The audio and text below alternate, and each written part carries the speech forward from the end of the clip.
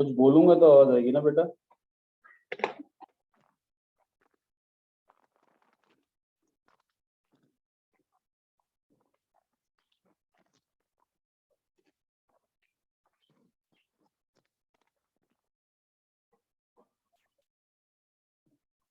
नहीं है ये गए मैं।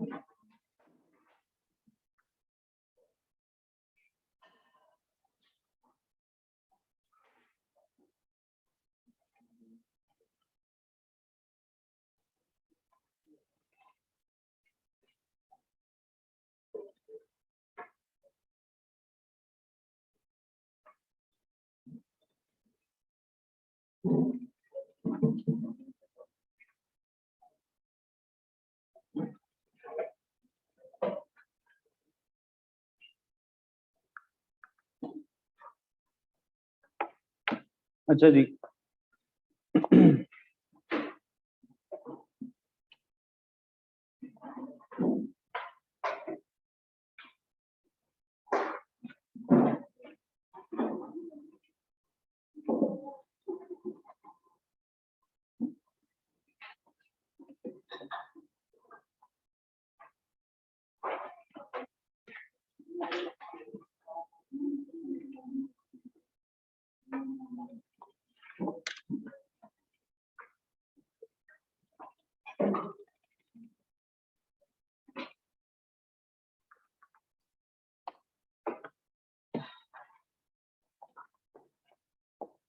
लास्ट क्लास में हमने डिस्कशन स्टार्ट की थी, एक ओवरव्यू दिया था और ओवरव्यू देने के साथ साथ हमने डेट फाइनेंसिंग के बारे में बात करना शुरू की थी।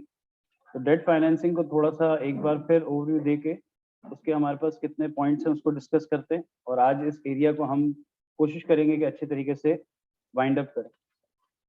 अच्छा जी, डेट फाइनेंसिंग से रिलेट हमने ये बात समझनी है कि डेट जब भी हम किसी से लोन लेंगे, यानी बिजनेस जब किसी से लोन लेगा तो लोन लेने के वक्त उसे कोई चीज कोलैटरल के तौर पे रखवानी पड़ेगी, ठीक है, और उसे ईयरली इंटरेस्ट भी पे करना पड़ेगा और at the end of the year उसको प्रिंसिपल अमाउंट भी क्या करनी पड़ेगी, पे ऑफ करनी पड़ेगी। सही है। अब लेट सपोज कोलैटरल की अमाउंट कितनी होनी चाहिए, इस पे थोड़ी बात कर लेते हैं। अगर हम यहाँ पर किसी बैंक से लोन ले रहे हैं 1 लाख रुपए का, तो हमें उसके लिए कोलैटरल रखवाना पड़ेगा अराउंड 1,25,000 का, यानी एक पे ₹1.25 हमें क्या रखवाना पड़ता है, कोलैटरल रखवाना पड़ता है। और इसका रीजन ये है, 1,25,000 रखवाने का रीजन ये है, 1,25,000 तक की अमाउंट का एसेट रखवाने का मकसद ये है कि let suppose at the end of the year मैं अगर पे ना कर सका, जो लोन की अमाउंट ली है वो पे नहीं कर सका, तो बैंक क्या करेगा, मुझे पहले वार्निंग देगा। उस वार्निंग को बुक में लिखा है केविएट। वार्निंग को किस नाम से यहाँ पर लिखा है, केविएट के नाम से लिखा हुआ है। और यहाँ पर हमें कहा जाएगा कि भाई अगर आप पे नहीं कर सकते तो मजबूरन हमें क्या करना पड़ेगा, जो चीज आपने कोलैटरल पे रखवाई है उसे बेच के हम अपने पैसे रिटर्न ले लेंगे। अब ये 1,25,000 का एसेट रखवाने के पीछे क्या लॉजिक है, आपने लोन लिया है 1 जनवरी 2021 को, जाहिर सी बात है उसी दिन आपने कोई नॉन करंट एसेट को क्या करवाया होगा, कोलैटरल रखवाया होगा। और लोन की प्रिंसिपल अमाउंट देने की बारी कब आ रही है, 31 दिसंबर 2021। अब 31 दिसंबर 2021 की जब बारी आएगी तो जाहिर सी बात है उस कोलैटरल पे जो नॉन करंट एसेट रखवाया है उसकी वैल्यू में भी कोई डाउनफॉल आया होगा। अब लेट सपोज अगर डाउनफॉल आया है 10,000 रुपए से, तो जो एसेट 1,25,000 का मैंने रखवाया था अब उसकी नेट वैल्यू क्या हो जाएगी, 1,15,000। यानी बैंक के पास अब भी चांसेस हैं कि वो इस एसेट को बेच के अपने 1,00,000 रुपए का जो लोन जो इसने दिया है वो वापस करवा ले। लेकिन अगर बैंक 1,00,000 रुपए का ही लोन पे 1,00,000 रुपए का कोलेटरल रखवाए और साल के एंड पे 10,000 रुपए से वैल्यू डाउन हो रही है, तो अब बैंक वाले के पास भी ये रिस्क है कि उसे सिर्फ कितने मिल सकते हैं, 90,000। इवेंचुअली उसका लॉस हो जाएगा। तो हम यहाँ पर एक बात देखते हैं कि कोलेटरल रखवाने से लोन क्या हो जाता है, सिक्योर्ड लोन बन जाता है। लेकिन बुक एक और चीज कहती है कि बैंक लोन सिक्योर्ड लोन भी है और अनसिक्योर्ड लोन भी है। अनसिक्योर्ड क्यों है, क्योंकि देखिए हम हमेशा रिस्क को मिटिगेट कर सकते हैं, एलिमिनेट नहीं कर सकते। मिटिगेट कर सकते हैं, एलिमिनेट नहीं कर सकते। लेट सपोज अगर आपने लोन दे दिया, बैंक ने लोन दे दिया और वो पे नहीं कर सका, तो जाहिर सी बात है आपकी प्रिंसिपल की अमाउंट तो जाएगी। अब आप कहते हो कि सर कोलेटरल जो रखा है उससे रीपे हो जाएगा। यहाँ तो हमने एग्जांपल ली थी कि भाई 10,000 रुपए तक वैल्यू कम हुई है। लेट सपोज जो एसेट रखवाया था वो अब मार्केट में ऑब्सलीट हो गया है, रद्दी के भाव में भी बिकने के लिए तैयार नहीं है, तो ये भी एक रिस्क है जो बैंक को फेस करना पड़ेगा। तो इस वजह से इसके लिए एक और टर्म भी यूज की गई कि ये सिक्योर्ड लोन भी है और अनसिक्योर्ड लोन भी है। और इससे अगर आप नोट करें तो लेट सपोज अगर प्रिंसिपल अमाउंट देने के केपेबल नहीं है तो जाहिर सी बात है इंटरेस्ट अमाउंट देने के लिए भी केपेबल नहीं होगा। तो बैंक का अर्निंग पॉइंट क्या है, बैंक का अर्निंग पॉइंट है इंटरेस्ट। अब वो अगर इंटरेस्ट से भी नहीं कमाएगा तो फिर किस चीज से कमाएगा कि भाई एक बंदे ने ना प्रिंसिपल अमाउंट दी ना इंटरेस्ट पे कर सकता है, और अब कोलेटरल की वैल्यू भी ऐसी हो गई कि उससे भी बेच दिया तो कोई फायदा नहीं मिलेगा। तो ये सारी चीजों को देखने के बाद ही कोई बैंक किसी को लोन देता है। तो ये डेट फाइनेंसिंग के बारे में पूरा एरिया है। इसके लिए आपके पास यहाँ पर अगर आप नोट करें तो यहाँ पर भी यही बात कही गई है।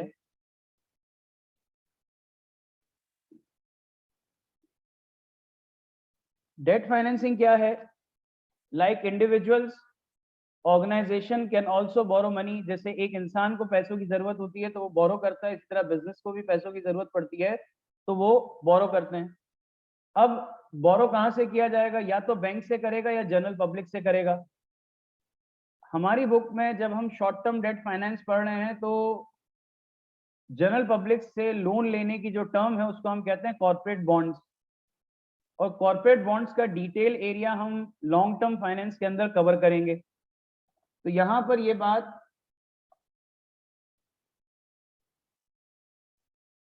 सवाल आया है कि सर कोलेटरल की बजाय अगर एसेट ही बेच दें, मैं बात समझा नहीं आपकी। कोलेटरल के तौर पे जो चीज रखवाई जाती है वो नॉर्मली एसेट ही होता है, या गोल्ड होता है या किसी जगह के कागजात होते हैं, वही चीज होती है। अब हो सकता है कि इतना वर्स्ट सिनेरियो आ जाए कि उसे बेचना पड़े, तो एक अलग सीन है। बहरहाल तो ये जो कॉर्पोरेट बॉन्ड वाला एरिया है उसको हम डिटेल लॉन्ग टर्म फाइनेंस में अच्छे अंदाज में कवर करेंगे। आगे क्या कहता है कि इन्वेस्टर, यानी कि जाहिर सी बात है बैंक भी एक इन्वेस्टर है। बैंक भी चाहता है अपनी अर्निंग को बढ़ाना, जैसे एक इंडिविजुअल चाहता है अपनी अर्निंग बढ़ाना। तो बैंक अपनी अर्निंग कैसे बढ़ाएगा, लोन प्रोवाइड करके, क्योंकि उसका कारोबार क्या है, लोन देना। उस लोन देने पे वो क्या अर्न करेगा, रिटर्न, इंटरेस्ट जिसे हम कहते हैं। तो यहाँ पर क्या कहा, लेकिन इसका एक ड्रॉबैक है। बाज दफा जो शख्स जिसको आप लोन दे रहे हो अगर वो पेमेंट करने का केपेबल नहीं रहा, वो डिफॉल्टर हो गया, उसमें उसके पास लिक्विडिटी का इशू आ गया। लिक्विडिटी का मतलब यह है कि कैश फ्लो का कम हो जाना। तो उसकी वजह से क्या होगा, ना वो डेट पे कर सकेगा ना वो इंटरेस्ट की अमाउंट पे कर सकेगा। तो इवेंचुअली बैंकरप्ट होने की वजह से ये बात नहीं हो सकती। आखिरी एक लाइन लिखी हुई है जिसका सवाल बच्चों ने पूछा था, वो ये है। इसका मतलब ये है कि देखें, यहाँ थोड़ी सी एक वर्किंग करके मुझे शो करनी पड़ेगी आपको। देखिए, हम प्रॉफिट एंड लॉस स्टेटमेंट बनाते हैं।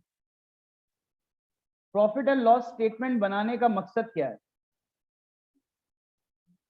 प्रॉफिट एंड लॉस स्टेटमेंट बनाने का मकसद यह है कि मैं अपने शेयर होल्डर्स को, मैं अपने ओनर्स को और उन लोगों को जो मेरे बिजनेस से कनेक्टेड हैं, मैं उनको ये बात बता सकूं कि हमने इस साल कितना प्रॉफिट अर्न किया है, हमने इस साल कितना प्रॉफिट अर्न किया है। अच्छा, एक सवाल और आया था पिछले कुछ दिनों में कि सर बैलेंस शीट क्यों बनाई जाती है और कैश फ्लो क्यों बनाया जाता है? ये सवाल काफी आया था, तो मैंने कहा आज थोड़ा इस पे एक और रिवीजन कर लेते हैं ताकि जहां जहां जिसका कोई एम्बिग्यूटी है वो क्लियर हो जाए। Profit and loss statement company इसलिए बनाती है ताकि वो इस साल की परफॉर्मेंस को इवेल्युएट करे और अपने शेयर होल्डर्स को बताए कि देखिए हमारी परफॉर्मेंस इस तरह की थी, तो इस साल का हमने कितना प्रॉफिट अर्न किया। लेट सपोज हमने 5 लाख अर्न किए।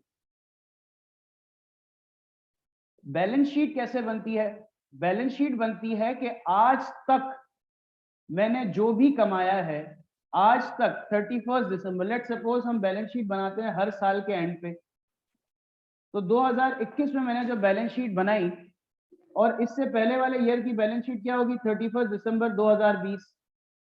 हम यहाँ एग्जांपल लेते हैं कैश की। 2020 में मेरा कैश था 1 लाख रुपए का, 2021 के एंड में मेरा कैश हो गया 2 लाख रुपए का।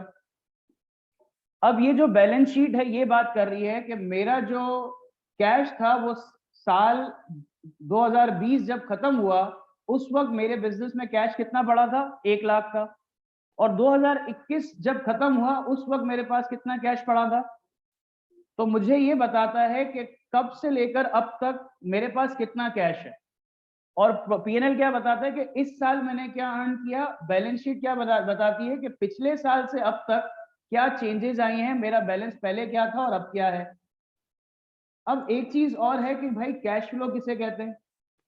कैश फ्लो इसे कहते हैं कि अगर आप नोट करो तो इस कैश में 1 लाख रुपए की मूवमेंट आई है, इस 1 लाख रुपए की मूवमेंट आई है। ये मूवमेंट किस रीजन की वजह से आई है? क्या हमने कोई एसेट बेचा? क्या हमने कोई सेल की? क्या हमारे पास हमारे अकाउंट रिसीवेबल के पैसे आ गए? वो क्या रीजन थे जिसकी वजह से ये साल 2020 और 2021 में ये डिफरेंस आया? उस डिफरेंस को बताना, जाहिर सी बात है ना, ये जो चेंजेस आई है ये चेंजेस आपका शेयर होल्डर पूछेगा भाई एक साल के अंदर ऐसा क्या कर दिया कि 1 लाख रुपए का आपका कैश बढ़ गया। उन तमाम डिफरेंसेस को बताने के लिए हम एक स्टेटमेंट बनाते हैं जिसका नाम है स्टेटमेंट ऑफ कैश फ्लो। देखो, कंपनी जो साल में अर्न कर रही है इसका मतलब कतन ये नहीं है कि उतने ही पैसे उसके पास आए भी हों। इसकी एग्जांपल ऐसी है कि आपने एक चीज क्रेडिट पे सेल की, या लेट सपोज इसको इस तरीके से देखते हैं कि हमने पूरे साल में रेवेन्यू अर्न किया 2 लाख का, इसमें से 1.5 लाख रुपए जो थे वो कैश सेल से आए, लेकिन जो बाकी के 50,000 रुपए थे वो क्रेडिट सेल से आए। बाजायर देखने में तो मुझे लग रहा है कि मैंने 2 लाख रुपए की जो सेल की वो 2 लाख पूरे के पूरे मेरे पास आ गए, लेकिन जब हकीकत देखी तो मुझे पता चला कि भाई इसमें से 1.5 लाख रुपए जो क्या है वो कैश में आए, बाकी के 50,000 रुपए कैश में आना अभी बाकी है। तो यहां पर ये कैश फ्लो स्टेटमेंट ये बातों को बताता है कि देखो, प्रॉफिट को देख के खुश मत हो जाना, असल खुशी कब की है कि जब कैश आए। तो साल के एंड में या साल के दौरान जिन जिन रीजंस की वजह से कैश आ रहा है, अब आपने इन्वेस्टमेंट करने की, इन्वेस्टमेंट का मतलब ये है कि आपने कोई प्रॉपर्टी प्लांट खरीद लिया, अब ये एक रीजन है जिसकी वजह से आपका कैश का आउटफ्लो होगा, उसे हम कहाँ रिकॉर्ड करेंगे? कैश फ्लो के अंदर रिकॉर्ड करेंगे। तो इसका डिटेल टॉपिक FR1 में इंशाल्लाह आपको आकाश भाई पढ़ाएंगे, लेकिन थोड़ा सा इसका एरिया जो कि यहाँ पर बच्चों ने सवाल किया था, मैं कहा इसे मैं थोड़ा सा रिपीट कर दूं। तो यहाँ तक बात समझने में कोई मसला तो नहीं है? ठीक है जी। अब यहाँ पर हम एक चीज समझते हैं, जो आखिरी लाइन को हमने अंडरलाइन किया था, एक वर्किंग होती है। वर्किंग क्या होती है कि जब मैं पीएनएल बनाता हूं तो पीएनएल बनाने का एक छोटा सा फॉर्मेट मैं आपको यहाँ बता देता हूँ, बाकी इंशाल्लाह काशिफ भाई आपको डिटेल बताएंगे। लेकिन एक बात मैं आप लोगों को जरा समझा दूं कि देखें बिजनेस स्टडीज के अंदर यानी इस आईटीबी के अंदर जिस तरह से हम चीजों को पढ़ते हैं वो एक अलग है, और अकाउंटिंग में जिस तरह से आप चीजों को पढ़ेंगे वो कंप्लीटली अलग है। तो दोनों को अल्लाह का वास्ता मर्ज मत कर लेना। उसका रीजन सबसे बड़ा ये है कि नॉर्मली आपकी अकाउंटिंग के अंदर अभी फाउंडेशन बन रही है, क्योंकि आप मोस्टली साइंस बैकग्राउंड के हैं। तो हो सकता है कि आप कोई ऐसी टर्म सुने जो काशिफ भाई ने एक अलग अंदाज में समझाई हो, और मैं उस चीज को इस चैप्टर के अकॉर्डिंग अलग अंदाज में समझा रहा हूँ। तो होगा क्या इवेंचुअली कि कॉन्ट्राडिक्ट करेगी बात और आप कंफ्यूज हो जाओगे। वहां जो चीजें समझाई जा रही है वो वहां की हद तक रखो, यहाँ पर जो चीजें समझाई जा रही है वो यहाँ की हद तक रखो। जैसे जैसे आप ग्रो करोगे आपको इवेंचुअली ये समझ आना शुरू हो जाएगा कि दोनों बातें एक ही थी, लेकिन कहने का अंदाज अलग था और कहने के पीछे जो पर्पस था वो भी अलग था। तो इस चीज को बड़ा गौर से देखो। जब मैं पीएनएल बनाता हूं तो मैं सबसे पहले लिखता हूं अपने पास सेल, फिर इसमें से मैं माइनस करता हूँ सीओजीएस। सीओजीएस को आसान तरीके से ले ले कि भाई जितनी आपने सेल की है, जो चीज सेल कर रहे हो उसकी कॉस्ट कितनी है। फिर इसके बाद आपके पास यहाँ पर क्या आ जाता है, ग्रॉस प्रॉफिट। इस ग्रॉस प्रॉफिट में से आप माइनस कराते हो ऑपरेटिंग एक्सपेंस। आपके पास आ जाता है profit before interest and tax, जिसे नॉर्मली अभी तक आप नेट प्रॉफिट कहते रहते, लेकिन यहाँ पर क्योंकि अब चीजें थोड़ी चेंज हो गई हैं तो हम यहाँ पर इसे कहेंगे इस प्रॉफिट को profit before interest and tax. इसका मतलब ये है कि ये जो प्रॉफिट है इसमें से दो अमाउंट अभी तक डिडक्ट नहीं की जो कि करनी है। तो सबसे पहली अमाउंट कौन सी मांगी जा रही है, इंटरेस्ट की। लेट सपोज मेरा पीबीआईटी निकलता है 2 लाख का। मेरा पीबीआईटी कितना निकलता है, 2 लाख रुपए का, या इसको इस तरह समझ लो कि 3 लाख रुपए का मेरा पीबीआईटी है। Profit before interest and tax मेरा कितना है, 3 लाख का। अब मुझे इसमें सबसे पहली चीज क्या माइनस करवानी है, जो लोन मैंने लिया है उस पे मुझे इंटरेस्ट पे करना होगा, और जब मैं इंटरेस्ट पे करूंगा तो इसे कहां से डिडक्ट कराऊंगा, इस पीबीआईटी से।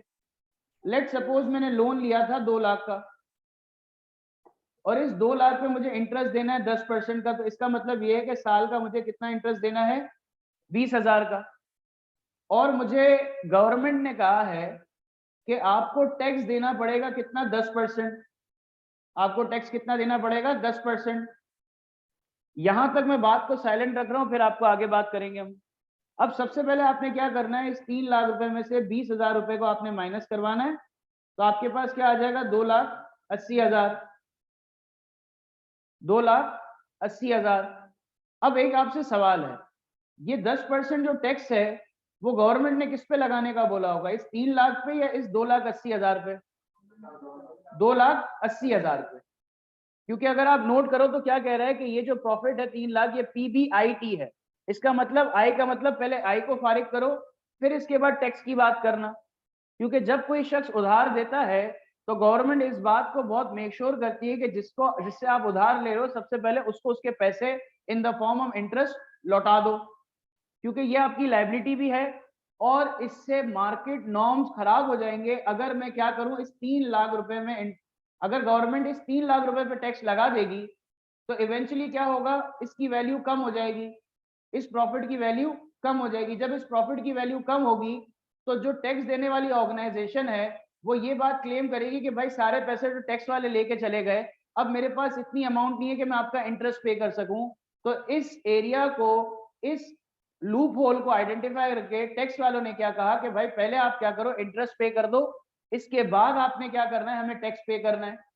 तो अब मैं टैक्स किस पे लगाऊंगा, इस 2,80,000 पे। एक बेटा बेटा, और कितना लगाऊंगा, 10%। तो ये कितना बन जाएगा, अब मेरे पास ये क्या आ गया, प्रॉफिट आफ्टर टैक्स, जिसे हम कहते हैं पैट। कितना हो गया बेटा ये, 2,52,000।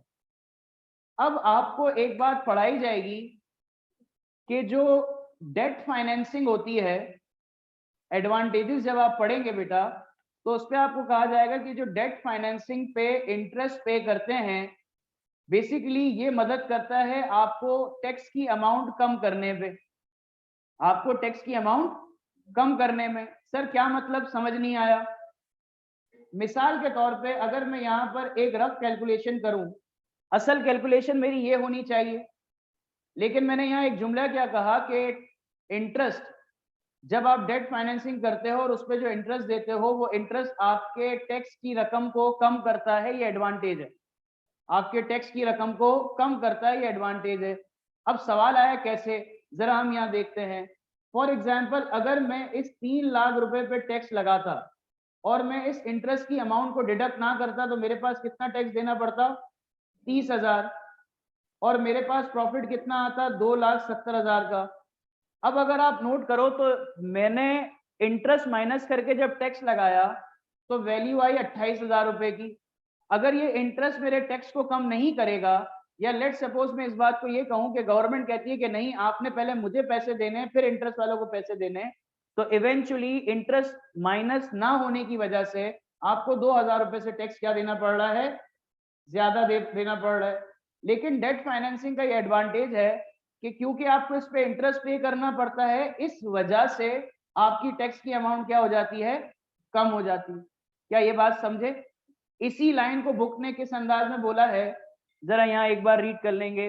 Interest paid on tax is typically tax deductible. Tax deductible का मतलब यह है कि जो हम इंटरेस्ट पे करते हैं वो हमें हेल्प आउट करता है मेरे टैक्स की वैल्यू को कम करने में।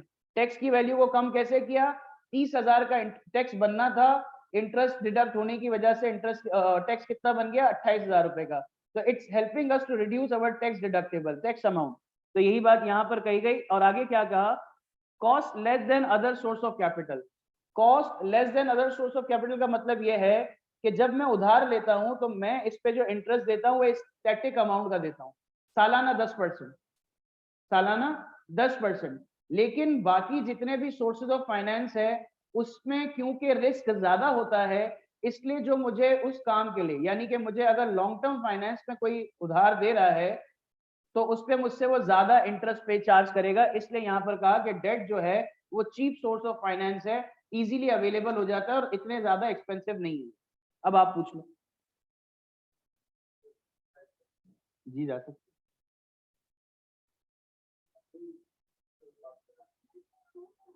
ये वाला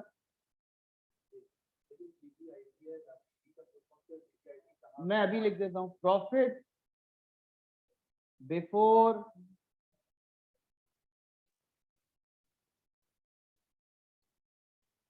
और पूछो बेटा, कंपनी में जैसे जो बिजनेस लोन लेगा वो अपने प्रॉफिट में से इंटरेस्ट को माइनस करवाएगा।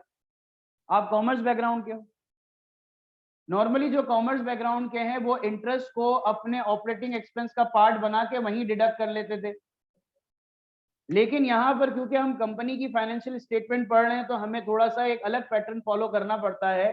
तो हम यहाँ पर इसको अलग तरीके से इसलिए शो कर रहे हैं क्योंकि अगर हम इसे अलग तरीके से शो नहीं करेंगे तो हमारी अंडरस्टैंडिंग उस हिसाब से नहीं बनेगी। तो इसलिए मैंने यहाँ पर इसको इस तरीके से शो करके बताया। और कोई सवाल? देखो बेटा, डेट फाइनेंसिंग जब मुझे मिलती है तो मुझे उस पर कितना, अगर मैं कॉस्ट की बात करूं तो मुझे इवेंचुअली कितना परसेंट देना है, 1 लाख पे 10,000 रुपए देना है। लेकिन अगर मैं किसी को अपने बिजनेस का इक्विटी फाइनेंस करके ओनर बना देता हूं तो जाहिर सी बात है जिससे मैंने डेट लिया उसको रिटर्न में 10% दे रहा हूं, और जिसको मैंने ओनर बनाया उसको मुझे रिटर्न उस 10% से ज्यादा देना पड़ेगा। तो जाहिर सी बात है जो अमाउंट मेरे जेब से जा रही है वो मेरी कॉस्ट है। तो जब मैं कंपेयर करूंगा इसको अदर डेट फाइनेंसिंग को अदर सोर्सेज ऑफ फाइनेंस से, तो वहां पर मेरी जेब से ज्यादा पैसे जा रहे होंगे compare to debt financing. Getting my point? आगे बढ़े।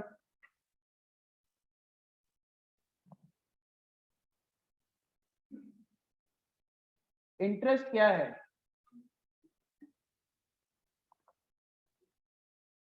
बेटा इंटरेस्ट जैसे क्लास में होता है, ठीक है ना। इंटरेस्ट का मतलब ये है कि लेट सपोज आप जो लोन जब लेते हैं तो आपको उसकी एक्सेस अमाउंट पे करनी पड़ती है। वो एक्सेस अमाउंट को बेहतर अंदाज में आसानी से समझने के लिए बैंक इसे क्या वर्ड यूज करता है कि आपने इंटरेस्ट पे करना पड़ेगा, क्योंकि हम आपको एक फायदा दे रहे हैं तो उस फायदे पे आपने हमें क्या, रिटर्न देना है। उस रिटर्न को हम क्या कहते हैं, इंटरेस्ट। ठीक है।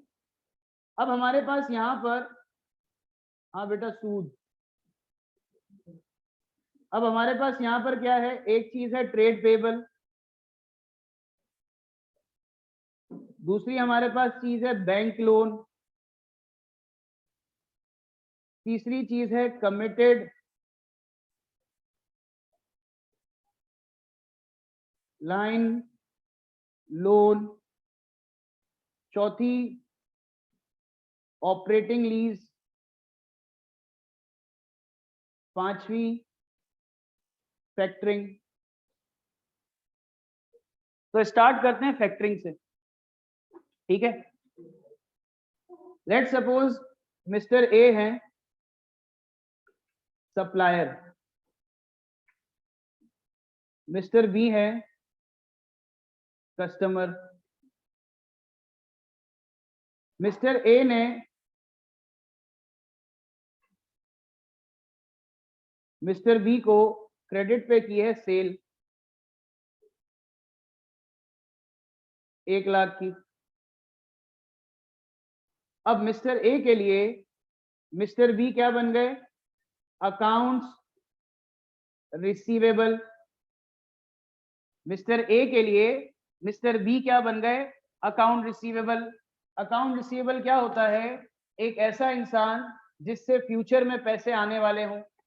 अकाउंट रिसीवेबल क्या होता है, एक ऐसा इंसान जिससे फ्यूचर में पैसे आने वाले हों। फ्यूचर में पैसे कैसे आएंगे, जाहिर सी बात है, आज आपने उसको कोई सर्विस दी है, कोई गुड्स दी है, आपने उसके पेमेंट इमीडिएट नहीं ली, उसने आपसे कहा कि मैं आफ्टर सम टाइम आपको पेमेंट कर दूंगा, तो जब तक वो पेमेंट नहीं कर देता तब तक वो आपके लिए क्या कहलाएगा, अकाउंट रिसीवेबल, या इन अदर वर्ड्स आपके लिए कहलाएगा डेटर्स। ठीक है, ये बात क्लियर है। अब लेट्स सपोज मिस्टर बी ने वादा किया था कि मैं आपको 31 जनवरी को आपके ये 1 लाख रुपए क्या कर दूंगा, रिटर्न कर दूंगा। अब 31 जनवरी आ गई, आप उसके पास गए, उसने बोला देखो बात सारी ये है कि पैसे तो मेरे पास नहीं है, मैं पे नहीं कर सकता। लेकिन आपको सोर्सेज ने बताया, अच्छा मैं एग्जांपल बना रहा हूं, ऐसा होता नहीं है नॉर्मली।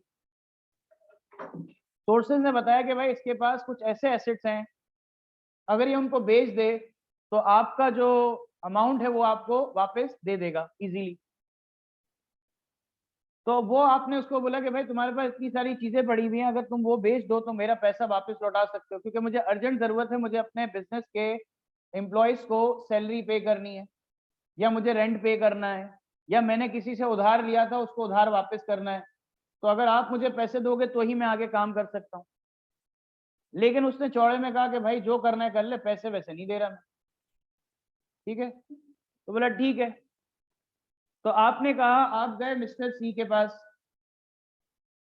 मिस्टर सी क्या है, बैंक है या कोई ऐसा फाइनेंशियल इंस्टीट्यूशन है जो कि वसूली का काम करता है।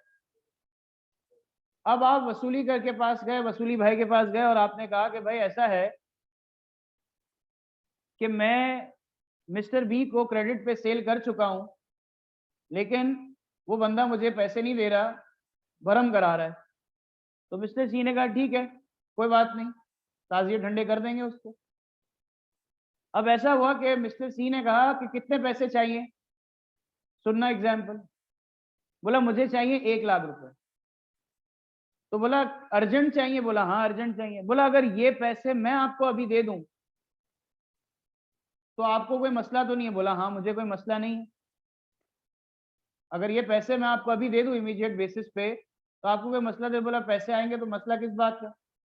बोला लेकिन जाहिर सी बात है, अगर मैं आपको अभी इमीडिएटली पैसे दे रहा हूं तो मैं अपना बेनिफिट भी तो रखूंगा। वो मेरा बेनिफिट ये होगा कि जो आपको टोटल रकम चाहिए थी उससे मैं उस टोटल रकम का 10% एज अ फीस चार्ज करूंगा रिकवर करवाने के लिए। इसका मतलब यह है कि मिस्टर सी ने क्या कहा कि मैं आपको अभी इमीडिएट बेसिस पे 90,000 पे करूंगा, बाकी 10,000 रुपए जो हैं वो एज अ फीस डिडक्ट हो गए। अब ये जो फीस आपके जेब से, मतलब आपके जेब से तो कुछ भी नहीं जा रहा, आपको जो पैसे आने थे उसमें से अब 10,000 रुपए नहीं आएंगे।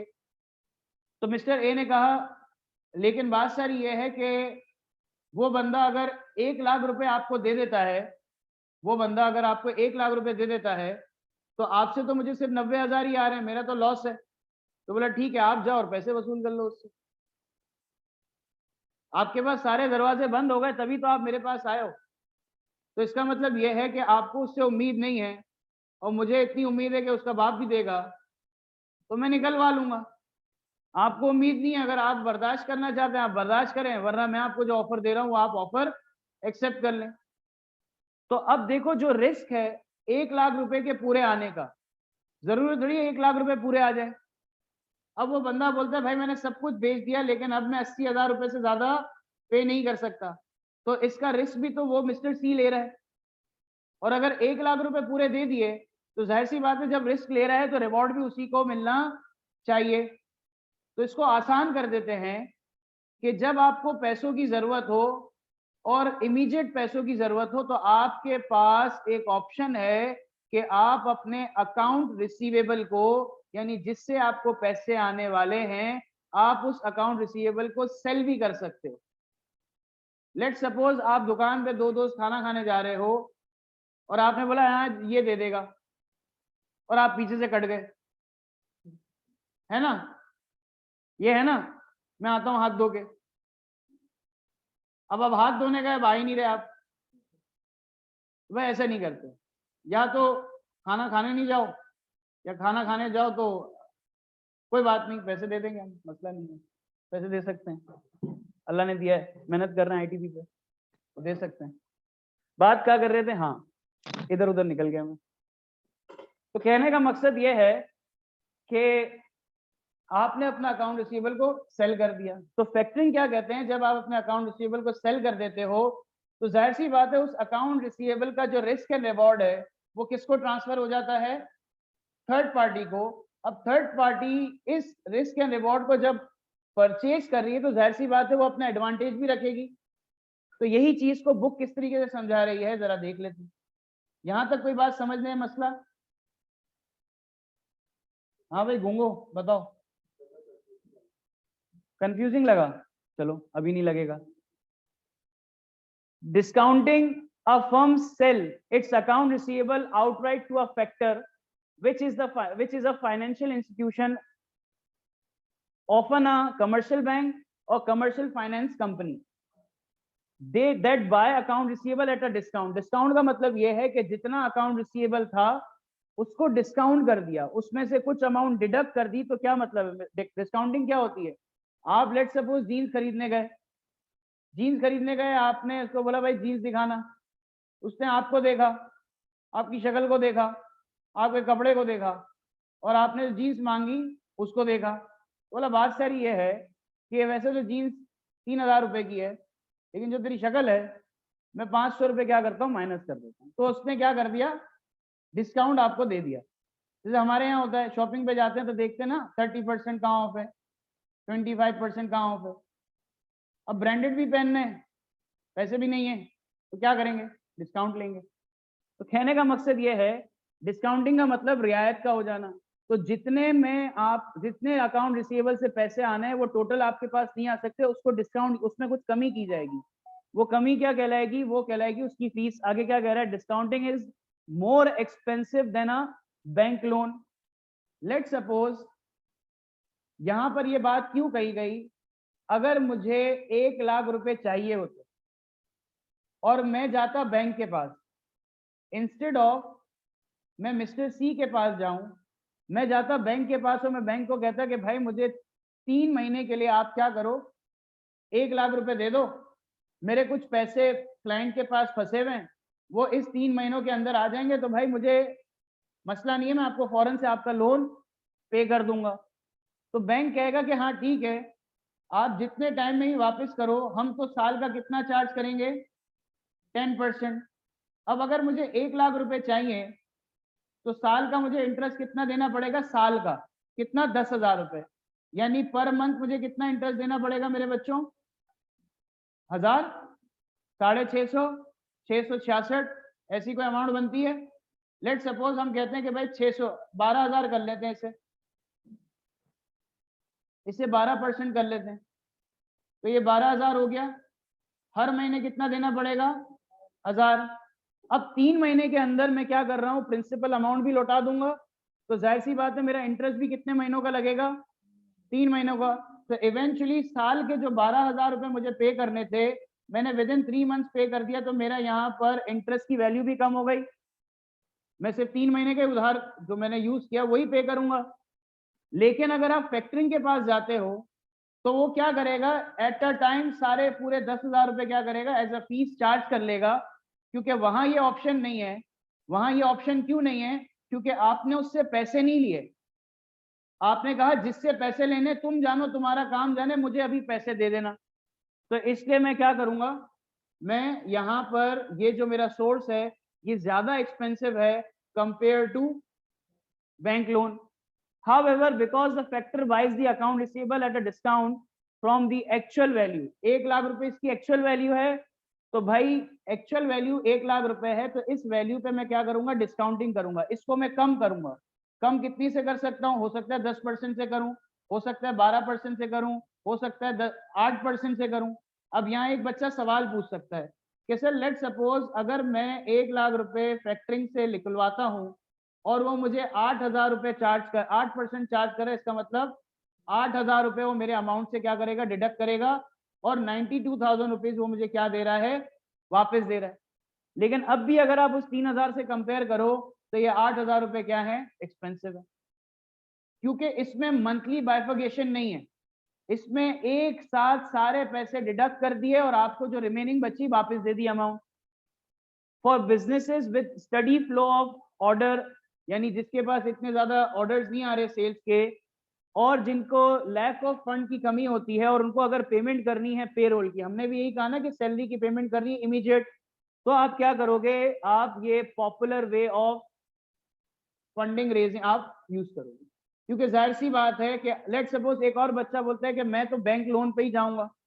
अब जाहिर सी बात है बैंक लोन पे जाने के लिए आपके पास इतना कोलेटरल भी तो होना चाहिए। अब ऑलरेडी आपने पहले एक लोन ले लिया तो उस पर कोलेटरल दे दिया, अब आपके पास कोई कोलेटरल नहीं है, तो बैंक आपसे कोलेटरल मांगे बगैर लोन नहीं देगा। तो यहाँ पर इसलिए ये ऑप्शन अवेल करना बेहतर हो नहीं है। रीजन, क्योंकि यहाँ पर आपको लोन की फॉर्म में पैसे नहीं दे रहे, आपको यहाँ पर लोन, जब मैं उधार दूंगा तो कोई गिरवी, क्योंकि वापस आने ना।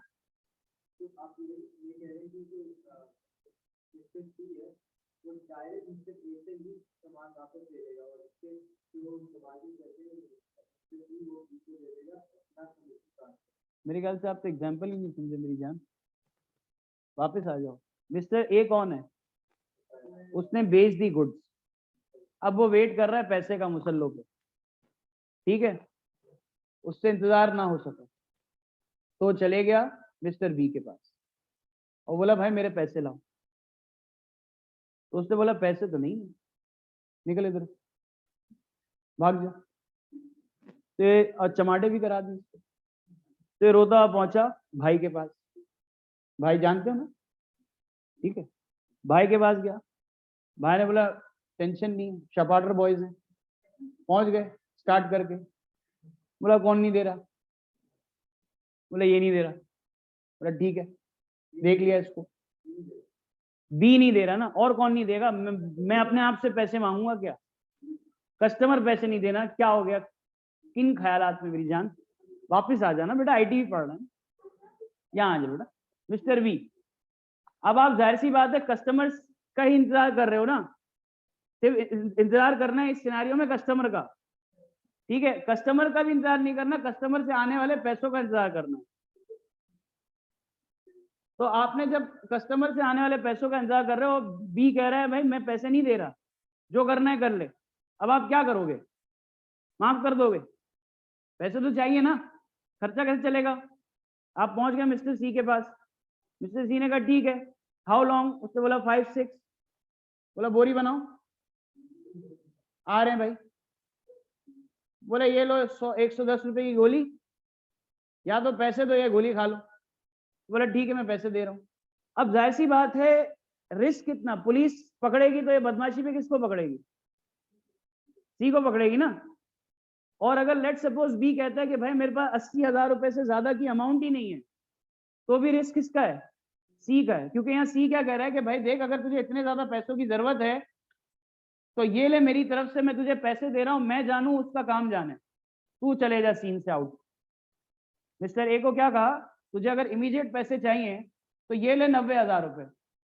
तो मिस्टर ए कह रहा है बाकी के 10,000 रुपए। बोला अब मुझसे ही पिटेगा क्या? तो कहने का मकसद ये भाई 10,000 रुपए तो वो उसकी फीस है ना, वो पेट्रोल खर्च करके जाएगा, रास्ते में चाय पानी, ठीक है ना, फिर इसके बाद गोल्डी वोल्डी पी ली इसने, तो भाई मसले होंगे ना। तो कहने का मकसद क्या है कि मिस्टर सी ने सारा रिस्क एंड रिवॉर्ड क्या कर लिया, अपने सर पे रखा और बोला कि भाई मैं जाके इससे वसूल करवा लूंगा। अब यहाँ पर आपने ये बोला कि भाई हो सकता है मिस्टर सी कि मिस्टर बी आपको पूरे 1,00,000 रुपए दे दे, लेकिन आपने तो मुझे 90,000 का चूरन दिया है। बोले जाहिर सी बात है, मैं चूरन इसलिए दूंगा क्योंकि मेरा एडमिशन नहीं हुआ। तो कहने का मकसद ये है, कहाँ चले गया फिर मैं?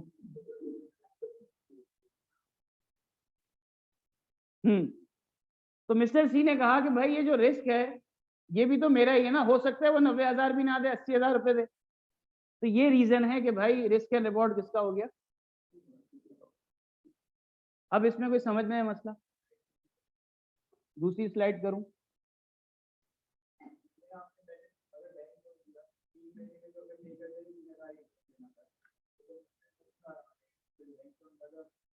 तभी तो ये कह रहा है ना बच्चा, मोर एक्सपेंसिव है, लेकिन मैंने कहा कि भाई बैंक लोन लेने के लिए भी कोलेटरल रखवाना पड़ेगा।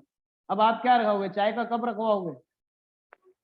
आपको कोलेटरल के लिए कोई अच्छी चीज रखवानी है ना। अब यहाँ पर इस पैराग्राफ को आप खुद से पढ़ो, जरा देखो कोई मसला आ रहा है तो हम ऑपरेटिंग लीज को पढ़ें। कब तक क्लास है? ठीक है, चले जी इसको जरा पढ़ें। ये स्लाइड कहाँ से डाउनलोड करें? बेटा डाउनलोड नहीं करेंगे, ग्रुप पे आ जाएगी बेटा। ऑनलाइन वालों ग्रुप पे ऐड क्यों नहीं हो? चलो बेटा ये पढ़ लो, मैं कल का टाइम टेबल देखूं।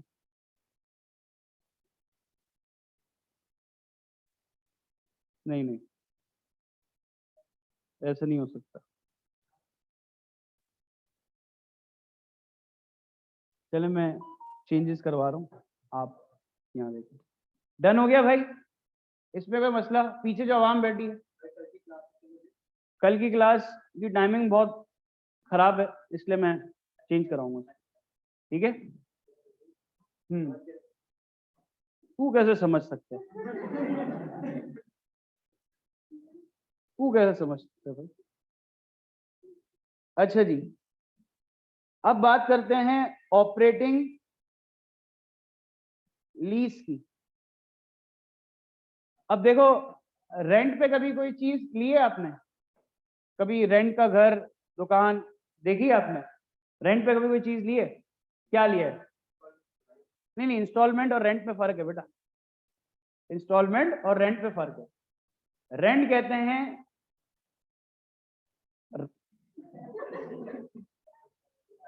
इस्तेमाल करने के लिए, आप इस्तेमाल कर रहे हो और फिर आप उसकी रकम अदा कर रहे हो, इसको कहते हैं रेंट पे, ठीक है? तो कभी ऐसा हुआ रेंट पे कोई चीज ली हो? ऑफिस लिया है, जबरदस्त। और हाँ बेटा, ये जिस जगह तूने स्टार्ट किया है ना, मैं अगर एंड किया ना,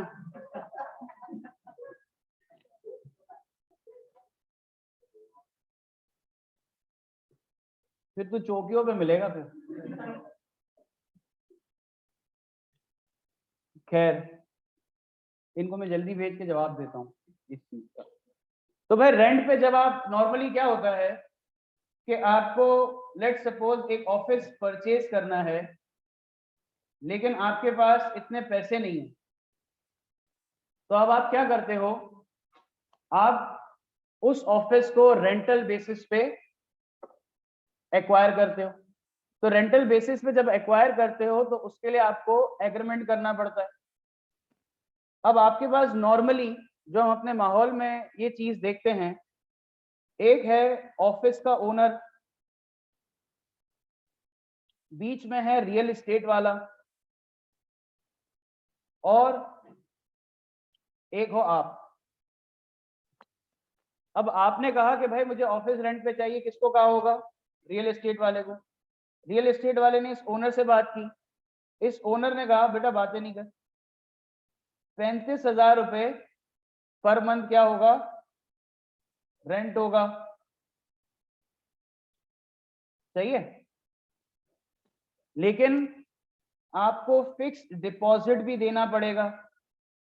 आपको क्या देना पड़ेगा, फिक्स्ड डिपॉजिट, जो कि ज्यादातर 6 महीने का रेंट होता है, 3 महीने का रेंट होता है। ठीक है, हम यहाँ एक राउंड फिगर कर लेते हैं कि लेट सपोज 5 लाख रुपए का इसने फिक्स्ड डिपॉजिट के तौर पे कहा कि आपको जमा करवाने पड़ेंगे, और साल के 12 महीने का क्या होगा, कॉन्ट्रैक्ट होगा। जब पूरा साल कंप्लीट होगा तो 10% से क्या होगा, रेंट की अमाउंट इंक्रीज होगी। यही सारी बातें होती हैं।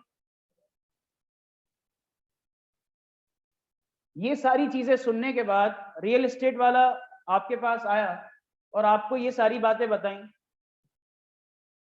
अनस ने साइकिल रेंट पे लिए, बेटा तेरे से ये उम्मीद थी, तेरे से ये उम्मीद थी बेटा, तो साइकिल ही लिया कर, ध्यान से लिया कर, लोहा होता है।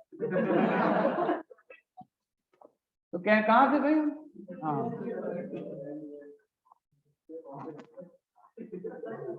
तो आप क्या कर रहे हैं, ये एग्रीमेंट रियल एस्टेट वाले बंदे ने सुना और आपके पास आया और आपको ये सारी बातें बताई, और साथ में एक और बात बताई कि देखें आपको मेरी जो फीस होगी ना, वो क्या होगा, 1 महीने का रेंट आपको एज अ फीस मुझे देना होगा। एक तरीकेकार। दूसरा तरीकेकार ये है कि पूरे महीने की फीस कितनी लेगा रियल एस्टेट वाला, 35,000 रुपए। अब वो डिवाइड कर देता है कि 35,000 में से आधा आप दे दो और 35,000 में से आधा कौन देगा, जिसका मैंने ऑफिस रेंट पे करवाया है वो देगा। ये अब टर्मिनोलॉजी, ये टर्म्स, ये एग्रीमेंट, ये नॉर्मल हम अपने माहौल में देख रहे हैं।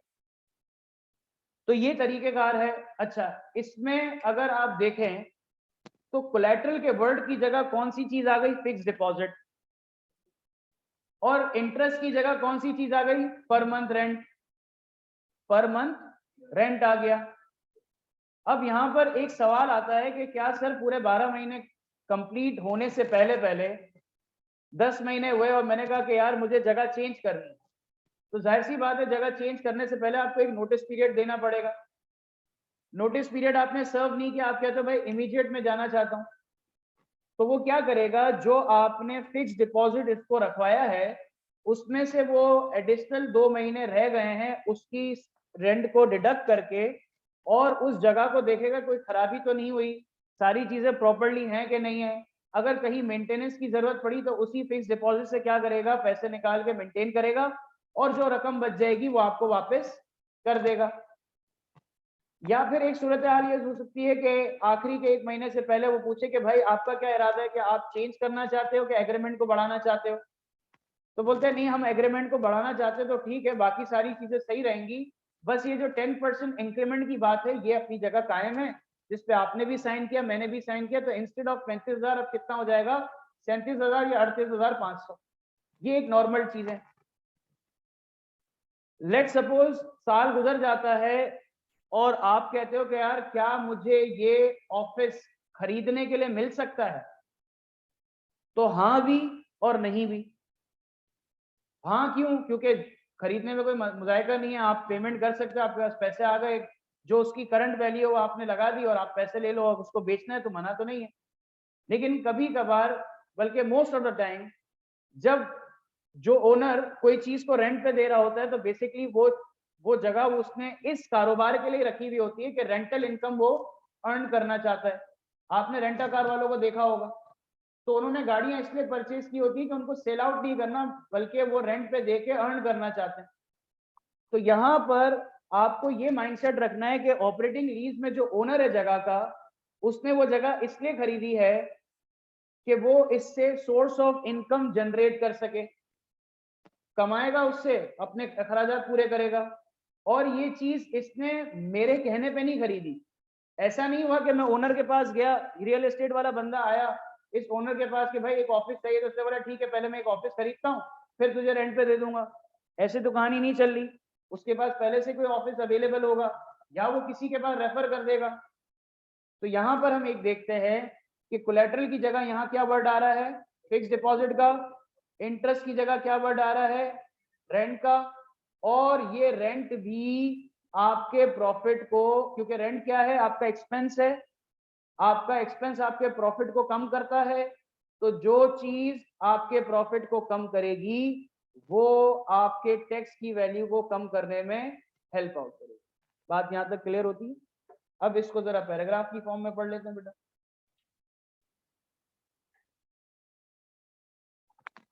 A lease is a contractual agreement whereby one party, that is the owner of an asset, grants permission they the the other party the right to use the asset in return for a periodic payment। Monthly को हम क्या कहते हैं, periodic पे। अब ये quarterly भी हो सकती है, सेमी एनुअली भी हो सकती है और ईयरली भी हो सकती है, डिपेंड्स के क्या एग्रीमेंट साइन हुआ। In simple term leasing, leasing कौन सी, operating leasing is a renting an asset of the organization for a specific period. In some cases, operating lease might be an alternative to obtain short-term finance. मुझे office चाहिए just for the 1 year, क्योंकि 1 साल के बाद मेरा अपना office में खरीद लूंगा, तो इस टाइम पीरियड के लिए मैं कोई ऑफिस खरीद के अपनी पेमेंट को रुकवा दूं, तो मैं क्या करता हूं, उस टाइम तक के लिए मैं अपने ऑफिस को रेंट बेसिस पे खरीद के मैं क्या कर सकता हूं, मैं चीजों को चला सकता हूं, अर्निंग कर सकता हूं, जैसे मेरा काम दूसरी जगह हो जाएगा मैं वहां पर शिफ्ट कर जाऊंगा।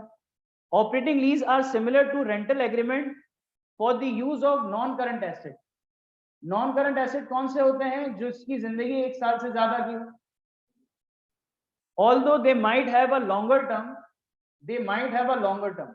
इसका मतलब यह है कि जरूरी नहीं कि अगर मैंने कोई चीज रेंट पे ली है तो सिर्फ 12 महीने तक के लिए रेंट पे ली हो, मैं 2 साल के लिए भी ले सकता हूँ, 5 साल के लिए भी ले सकता हूँ, लेकिन मिनिमम क्या है, हर साल के बाद, क्योंकि जो रेंट पे लेने वाला शख्स है और जो रेंट पे देने वाला शख्स है उसके पास ये ऑप्शन होना चाहिए कि वो क्या करे कि अब जस्ट लेट सपोज आप 35,000 रुपए दे रहे हैं और 10% से मार्केट का रेट, सॉरी 10% से अगले साल उसका रेंट बढ़ जाएगा, लेकिन आपके पास एक ऐसा बंदा आ रहा है जो आपको 38,500 की जगह 42,000 रुपए दे सकता है, 42,000 रुपीज दे सकता है।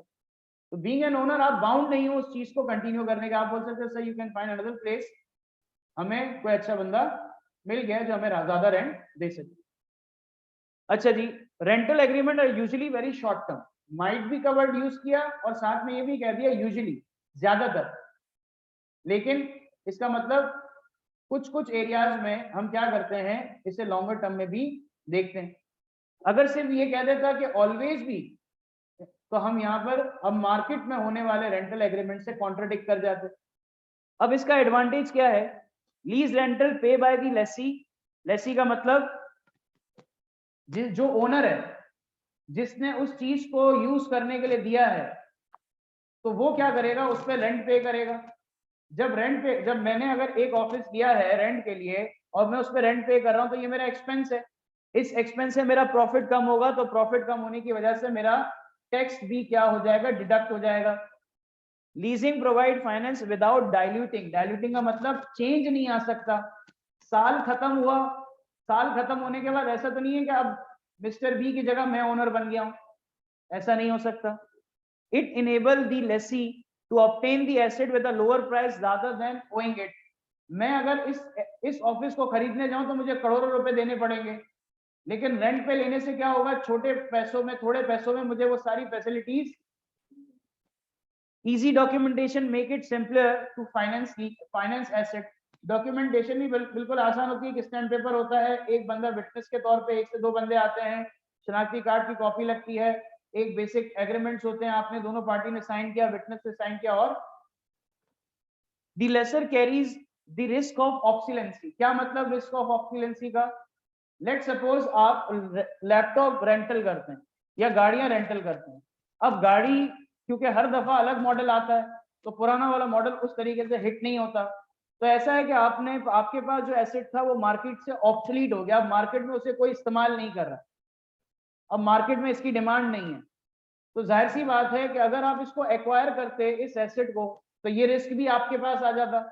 लेकिन अब आप क्योंकि इसको रेंट बेसिस पे यूज कर रहे हो, तो आप कह सकते हो कि भाई अब मेरी इस चीज को यूज करने की जरूरत नहीं है, क्योंकि मार्केट में भी इसकी चीज नहीं। लेट सपोज पहले आपने देखा होगा हमारे पास विंडो एसीज आते थे, अब स्प्लिट्स आने लगे। तो लेट्स सपोज अगर मार्केट में विंडोज एसी ऑब्सलीट हो गए, तो अगर मैं उस एसी को यूज करने के लिए कोई रेंटल पे कर रहा हूँ, तो एक तो मेरी कॉस्ट और ऊपर से उसका जो बिल आता है वो भी ज्यादा है। तो मैंने कहा मैं एक काम करता हूँ, इसको छोड़ के स्प्लिट ले लेता हूँ। तो जो शख्स से मैंने रेंटल पे लिया है, ऑब्सलीट होने की वजह से रिस्क किसका है? उसी का है। लेकिन मिसाल के तौर पे आपने रेंटल बेसिस पे जब चीजें इस्तेमाल की होंगी, तो आपको अंदाजा होगा कि अगर मुझे उसमें कोई चीज को मेंटेन करना है, मुझे उस चीज को मेंटेन करना है, या कोई खराबी आ गई उस खराबी को ठीक करना है, या उसमें कोई नई चीज को इनकॉर्पोरेट करना है, तो इसकी परमिशन रेंट पे लेने वाले इंसान के पास नहीं होती। उसको परमिशन लेनी पड़ती है कि भाई मुझे ये काम करवाना है, क्या आपकी परमिशन है? तो वो क्या कहते हैं, हाँ परमिशन है, लेकिन आप पहले क्या करो, हमारे इस अप्रूव वेंडर के पास जाके दिखा के आ जाओ, फिर ये जो बात बोलेगा आप हमें बताओगे, हम अप्रूव करेंगे, तब हम काम करेंगे। क्योंकि इस चीज को मेंटेन करने की जिम्मेदारी आपकी नहीं है, हमारी है। तो यहाँ पर एक जैसे मिसाल के तौर पे जो बच्चे हॉस्टल में रहते हैं, अब हॉस्टल में रहते हैं तो कोई चीज खराब हो जाती है, सारी चीजों की बल्ली किसकी है? जिसने रेंट पे दिया। अब आपके पास यहाँ पर इसकी डिसएडवांटेजेस भी क्या है? It may result higher payout obligation in case of equipment is not found useful and the lease opts for premature termination of the lease agreement. Let's suppose मैं इस्तेमाल कर रहा था, चीज खराब हो गई, अब वो इस्तेमाल करने वाली जो चीज थी वो अब बन भी नहीं सकती, तो जाहिर सी बात है उसका नुकसान कौन पे करेगा? जिसने लीज पे ली होगी चीज, रेंट पे ली होगी चीज। और अगर वो अपने कॉन्ट्रैक्ट से पहले टर्मिनेट कर जाता है, 12 महीने से पहले अपने उस कॉन्ट्रैक्ट से टर्मिनेट कर जाता है, तो जाहिर सी बात है उसकी जो पेनल्टी होगी वो भी किसको पे करनी पड़ेगी? जिसने रेंट पे चीज ली है। तो इसलिए यहाँ पर कहा गया है कि इसकी जो पेनल्टीज है वो हाई ऑब्लिगेशन है, यानी कि ज्यादा पे करना पड़ता है अगर आपका वो एसेट अनयूजफुल हो गया है या आपने कॉन्ट्रैक्ट को प्री मेच्योर क्या कर दिया है? टर्मिनेट कर।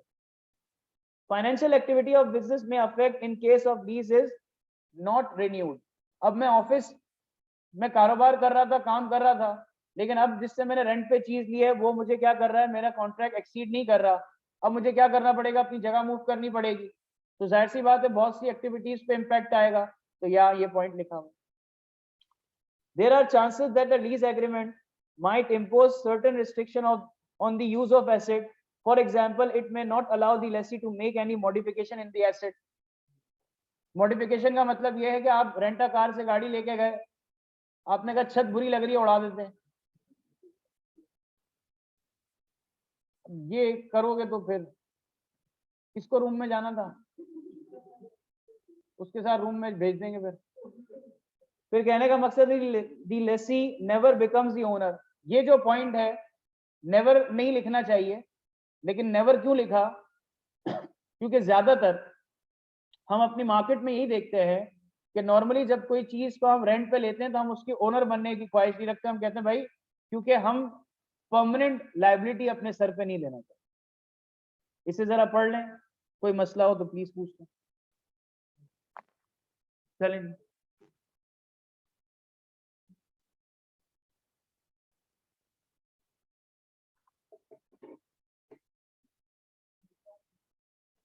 ये वाला फाइनेंशियल एक्टिविटी ऑफ बिजनेस में affected in case the lease is not renewed.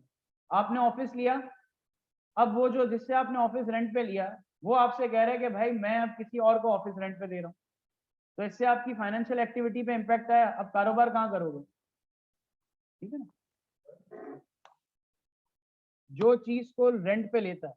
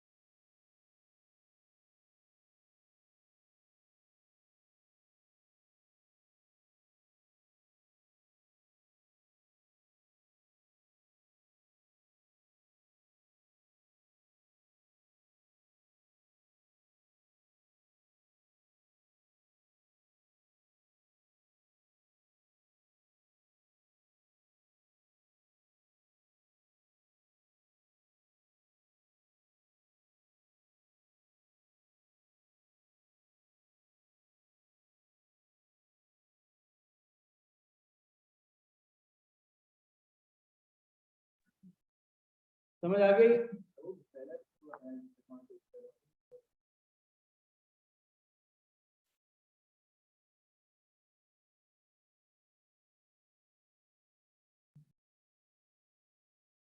पहला वाला, जब आप रेंट पे करोगे तो उस रेंट आपका एक्सपेंस है, एक्सपेंस कहाँ से माइनस होगा? ग्रॉस प्रॉफिट से। तो आपका जो नेट प्रॉफिट आएगा वो कम आएगा, जब नेट प्रॉफिट ही कम आएगा तो टैक्स वाली अमाउंट भी कम आएगी, तो इसलिए हमने इसको कहा कि टैक्स डिडक्टिबल। जो एक्सपेंसेस टैक्स में डिडक्शन करें वो टैक्स डिडक्टिबल कहलाते हैं। ठीक है, यहां तक बात समझ आ गई? अच्छा जी, फिर एक और चीज है हमारे पास जिसको हम कहते हैं committed line loan. Committed line loan, आप जब बैंक से लोन लेते हैं तो बैंक से लोन लेने के पीछे आपका कोई ना कोई पर्पस होगा। आप बोलोगे बैंक को कि भाई मुझे फला एसेट चाहिए, मुझे फला चीज के लिए एसेट चाहिए। तो आपने कहा कि लेट सपोज ऐसा है कि मैंने कुछ लैपटॉप्स मंगवाए हैं बाहर से, लेकिन वो अभी नहीं आएंगे, वो आएंगे 3 महीने के बाद। ठीक है, आज उनकी प्राइस पर लैपटॉप पहुंच चुकी है 1 लाख रुपए, और मैंने मंगवाए हैं ऐसे 10 लैपटॉप। ठीक है, लेकिन क्योंकि 3 महीने के बाद वो लैपटॉप आएंगे तो जाहिर सी बात है ये 1 लाख रुपए का जो आज मुझे एक लैपटॉप पड़ रहा है उसकी प्राइस में भी चेंजेस आएंगी। और दूसरी चीज ये कि जब मैं इंपोर्ट कर रहा हूँ तो इंपोर्ट ड्यूटी पे भी फर्क आएगा, और हो सकता है कि ये जो 3 महीने में जो चीज आ रही है हो सकता है 3 महीने में ना आए, ये 4 महीने में आए या 5 महीने में आए। तो मुझे नहीं पता कि मुझे मैक्सिमम आपसे कितने पैसे बोरो करने होंगे किस किस टाइम पे, लेकिन मुझे ये पता है कि मुझे इतने पैसे तो लाजमी चाहिए। पता नहीं है लेकिन एक एस्टिमेशन है। तो बैंक आपको एक फेवर देता है कि बैंक कहता है कि आप एक काम करें, 1 लाख से लेकर 10 लाख रुपए तक आप क्या करें, हम आपको एक लिमिट देते हैं, हम आपको लिमिट देते हैं। आप इस लिमिट के अंदर जब चाहें जितने चाहें पैसे क्या कर सकते हैं, अपनी जरूरत के हिसाब से विड्रॉ कर सकते हैं, और जितने पैसे आप विड्रॉ करोगे हम सिर्फ उसी पे टैक्स लेंगे, हम सिर्फ उसी पे टैक्स लेंगे। इंटरेस्ट, बेटा गलती हो गई ना,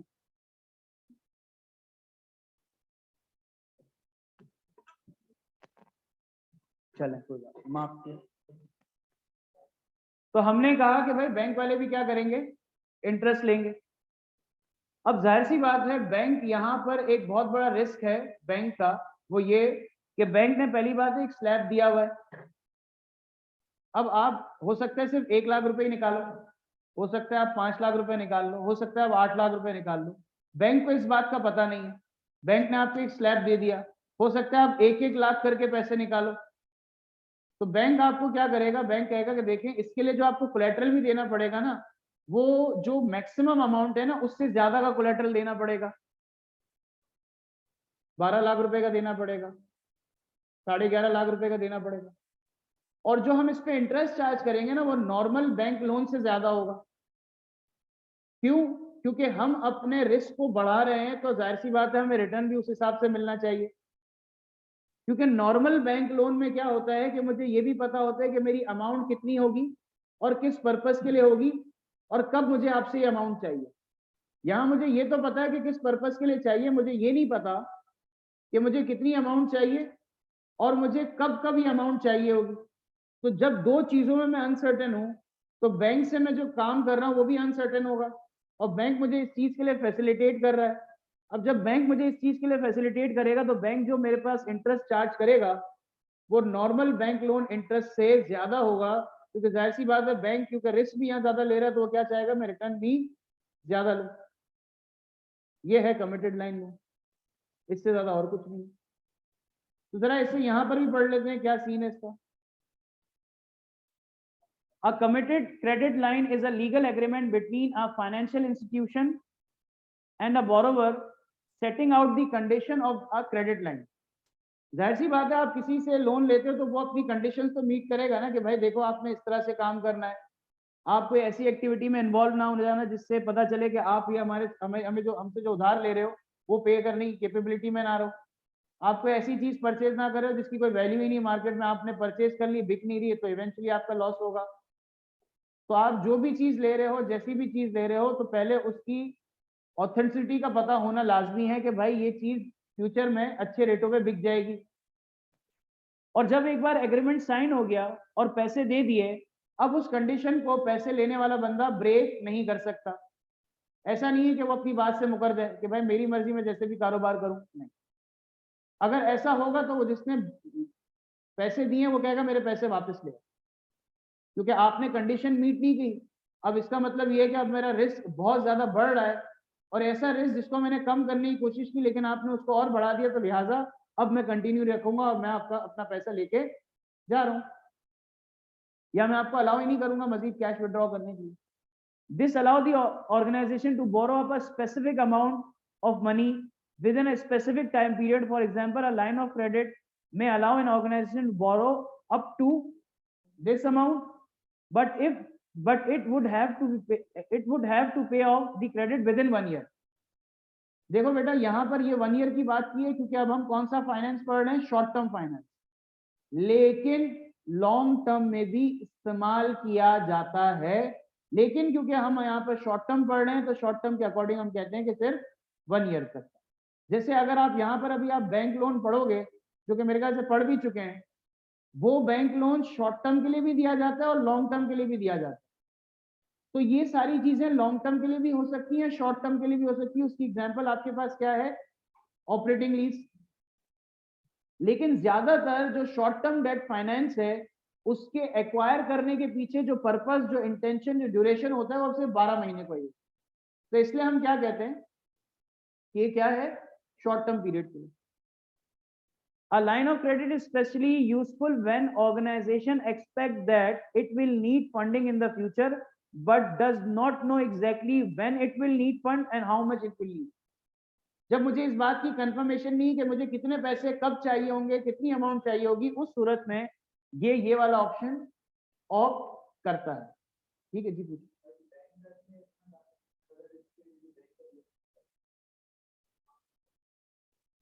कारोबार के हिसाब से मैंने 10 लाख रुपए की लिमिट दे दी, अब आप सिर्फ 1 लाख रुपए का लोन निकाल दो, तो बैंक सिर्फ कितना इंटरेस्ट ले रहा होगा, 10% ले रहा होगा 1 लाख पे। वो सोच के रखा कि यार ये तो पूरे निकालेगा पैसे, तो एक्सपेक्टेशन गैप आ जाएगा। तो इसलिए वो क्या कर रहा है, यहाँ पर इंटरेस्ट रेट को ज्यादा रख के अपने उस एक्सपेक्टेड लॉस को कवर कर रहा है।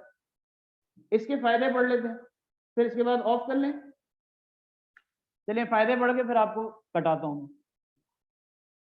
It gives the flexibility to the organization to borrow money when the need arises. जैसे जरूरत होगी, बेटा रुक जा, अभी नहीं कटा रहा, रुक जा, थोड़ा इंसान का पुत्र बन। There is a less paperwork involved at each drawdown of fund. क्योंकि आपने एक दफा बैंक को बता दिया कि मैं इस महीने में इस तरीके से पैसे विड्रॉ करूंगा, तो हर दफा कैश की विड्रॉल के लिए आपको बैंक से बात करने की या एक न्यू एग्रीमेंट पेपर साइनिंग की कोई आपको काम नहीं करना पड़ता। आप सिर्फ जाते हो, साइन करते हो और पैसे निकलवा लेते हो। The interest is only paid on amount borrowed. ये सबसे बड़ा एडवांटेज किसका है, जो कमिटेड लाइन पे लोन ले रहा है। लेकिन सबसे बड़ा डिसएडवांटेज किसका है, बैंक के लिए। तो बैंक इस डिसएडवांटेज को ओवरकम करने के लिए क्या करता है, इंटरेस्ट रेट अपना हायर रखता है, जो कि यहाँ लिखा हुआ होगा। The facility can not be use for large borrowings. Long term borrowings नहीं लिखा, लार्ज बोरोविंग लिखा है। लेट सपोज 1 करोड़ रुपए के लिए चाहिए, तो लार्ज बोरोविंग नहीं लिखा। लॉन्ग टर्म फिर भी यहाँ पर क्या है, ऑप्शन अवेलेबल है कि शॉर्ट टर्म में भी यूज हो सकता है, लेकिन आपको देखना पड़ेगा पर्पस क्या है, ऑब्जेक्टिव क्या है। कि आप ऐसे तो नहीं, आपने कहा कि भाई मुझे 10 लाख रुपए का लोन लो और आप रोज कबाब जीत जा रहे हैं, ठीक है ना। The rate of interest are generally higher than the bank loan. The bank can change or withdraw limit at any time or may ask for repayment earlier than the expected date. क्यों, condition meet नहीं की, अब पैसे वापस दे दो भाई आप, या हम आपको आगे लोन देने नहीं मना किया हमें। जैसे लेट सपोज आप कैफेटेरिया वाले से आप उधार रखना शुरू करो, तो एक लिमिट के बाद आपको क्या बोलेगा, भाई पुराना पहले हिसाब, फिर इसके बाद नया उधार। क्यों? क्योंकि जाहिर सी बात है उसका रिस्क तो बढ़ ही रहा है, तो इसलिए यहाँ पर भी वो क्या करेगा, उसको लग नहीं रहा। लेट सपोज आपने कहा कि भाई मेरे लिए सिर्फ उधार है, अब आप रोज दोस्तों को लेके जा रहे हो, पार्टियां करा रहे हो, बोलेगा भूखे नंगे तेरे पास खुद के खाने के पैसे नहीं है, तू मुझसे उधार ले रहा है और तू यहाँ पार्टियां करा रहा है, तो भाई ऐसा नहीं है। द फैसिलिटी में B secured against asset of the organization and there is a risk that asset may be confiscated, यानी कि अगर मैं पेमेंट ना कर पाया तो जो एसेट मैंने कोलेटरल के तौर पर रखवाया उसको क्या कर लेंगे, जब्त कर लेंगे। If the company does not make timely payment, अगर पेमेंट टाइमली नहीं की तो यहाँ पर हमारा शॉर्ट टर्म डेट फाइनेंसिंग इख्तिताम, ट्रेड पेपर और बैंक लोन हमने प्रीवियस क्लास में कवर कर लिया था। आपका असाइनमेंट नेक्स्ट क्लास में यह है कि जहां तक पढ़ा है including short term advantages and disadvantages, in page number बता देता हूं, पेज नंबर 52 से लेकर 56 तक,